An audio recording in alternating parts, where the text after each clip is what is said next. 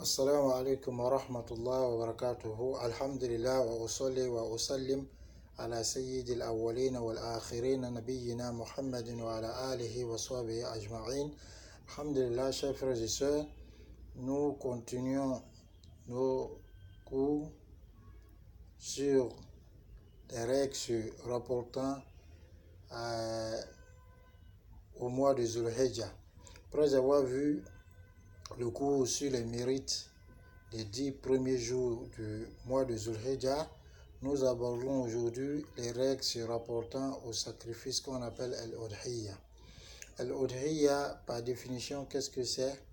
C'est le sacrifice, donc l'immolation de l'animal qu'on fait le jour de la fête, la grande fête, pour se rapprocher d'Allah subhanahu wa ta'ala.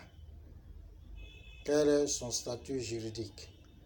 Alors en réalité, sur la question, les savants se sont divergés. La majorité des savants disent que le fait d'immoler cette bête le jour de la fête, c'est une sunna mu'akkada, c'est-à-dire une sunna qui est fortement recommandée.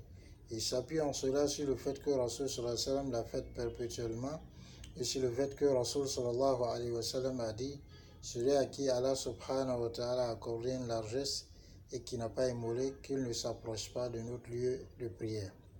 Mais des savants comme Abu Hanifa et l'imam Ahmed, dans une des versions rapportées de lui, de même qu'Ibn Taymiyyah rahimahullah, donc trouve que ce sacrifice a un caractère obligatoire.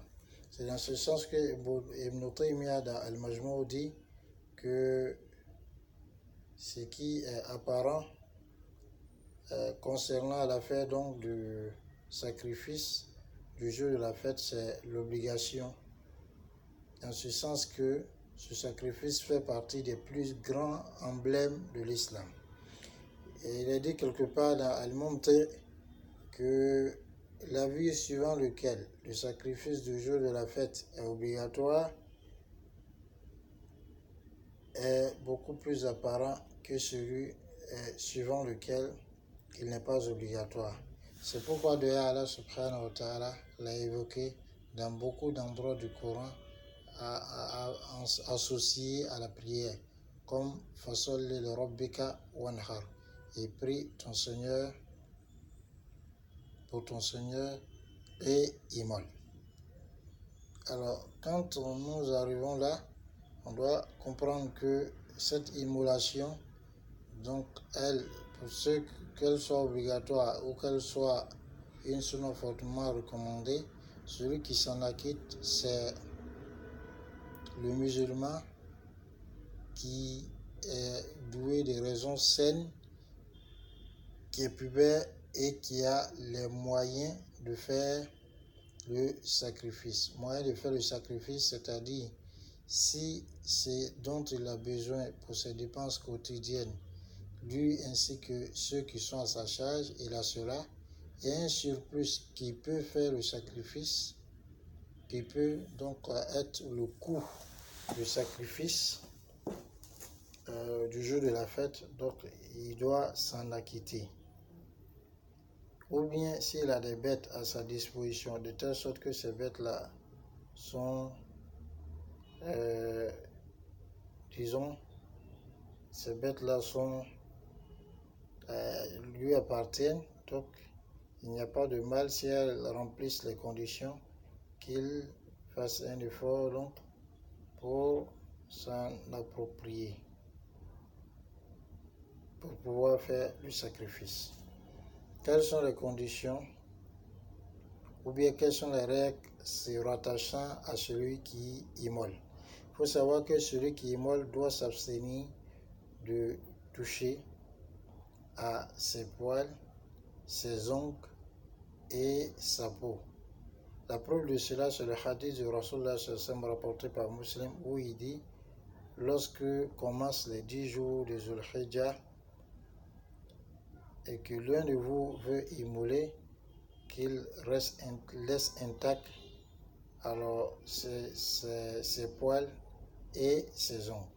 Dans un autre hadith rapporté par Muslim, Rasul dit sallallahu alayhi wa sallam: lorsque vous voyez la lune de Zulhijjah, et que l'un de vous veut immoler, alors qu'il ne prenne rien sur ses ongles et ses poils. Dans une autre version du hadith, et sur sa peau et ses poils. Donc on entend par poil tout ce qui est comme poil sur le corps de l'être humain, tel que les cheveux, la barbe, la moustache, les cils, les sourcils, les poils des aisselles, les poils du pubis, ainsi de suite. Et les ongles, c'est connu. La peau, donc, c'est connu. On ne doit rien couper de cela, ni arracher, ni raccourcir, ni raser, car on nous accorde la bonne compréhension. Donc, voici les trois choses.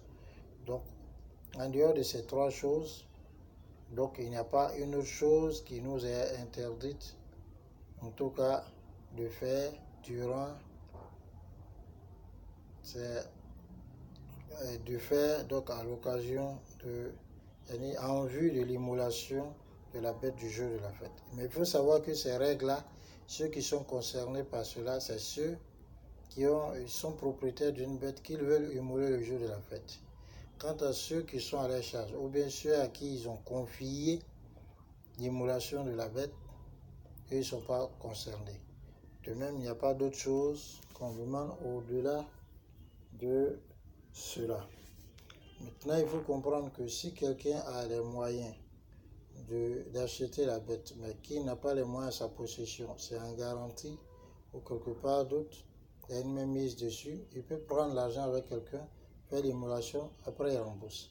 Quant à celui qui n'a pas du tout les moyens, ni en garantie, ni à sa possession, donc il est déchargé de cet ordre. De même, il faut comprendre que l'argent de l'immolation ne peut pas remplacer l'immolation. C'est-à-dire que on ne peut pas dire, par exemple, que on va en lieu et place du sacrifice de mouton, de bœuf ou autre, donner de l'argent à un pauvre ou distribuer de l'argent à des pauvres et pour que ça remplace la bête. Et cela n'est pas valable comme l'a dit Ibn Qayyim et comme l'a dit Ibn Taymiyyah rahimahullah. Parce que Rasulullah sallallahu alayhi wa sallam, durant ces 10 ans qu'il a fait à Madina, il n'a cessé d'immoler. Et même une année, durant la fête où les gens étaient dans une période de forte disette, il ne les a pas dispensés d'immoler, mais il a plutôt ordonné qu'ils immolent et il a demandé à Salama ibn al-Aqwa, comme cela est rapporté dans les deux sahih, de distribuer la viande aux gens. Ça, c'est ce qui concerne alors cette partie. Et il faut comprendre donc que la sagesse qui est incluse ou qui est dans le fait de ne pas toucher à ses poils, donc de laisser intact et laisser sa peau intacte et laisser aussi alors ses poils intacts. C'est comme l'a dit l'imam Shawkani, Ash-Shawkani rahimahullah, que l'imam Nawawi a raconté que cette sagesse est que on rencontre Allah subhanahu wa ta'ala et avec le corps complet, de telle sorte que tout le corps soit affranchi du feu.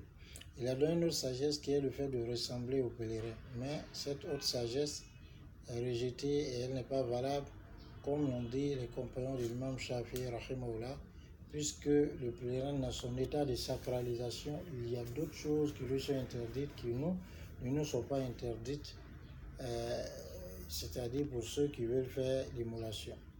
Comme celui qui est en état de sacralisation, il est interdit d'avoir un rapport sexuel, d'utiliser du parfum et autres.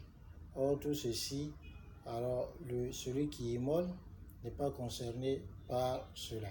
L'imam Ibn Qudama dit rahimahullah, si à l'unanimité des savants, si quelqu'un n'a pas respecté ces règles, c'est-à-dire le fait donc de laisser intact sa peau, ses poils et aussi ses ongles, alors qu'il immole, alors il n'y a pas de c'est-à-dire il n'y a pas de compensation à l'unanimité des savants, que cela soit fait sciemment ou par oubli.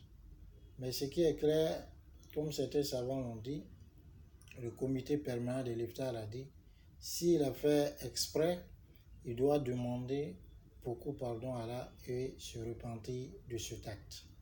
Qu'Allah nous accorde la bonne compréhension.